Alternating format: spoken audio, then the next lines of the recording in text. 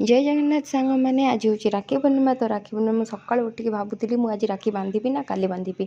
तो से टेंशन रे मु कहली ना आग बाहर जा भुवनेश्वर तापर भाविबा। तो मुझे बाहरी गली भुवनेश्वर जावाई। तो सागर मो क्यूट हेयर स्टाइल। तो ये घर को जावाई मिठा गुड़ा सब पैक करदेली। मुझे जबार अच्छी मिठा गुड़ा सब पैक करदेली। तापर पलैली भुवनेश्वर। से भुवनेश्वर पहुँचला बो ये पिठा करूला। पिठाटा बहुत टेस्टी थिला।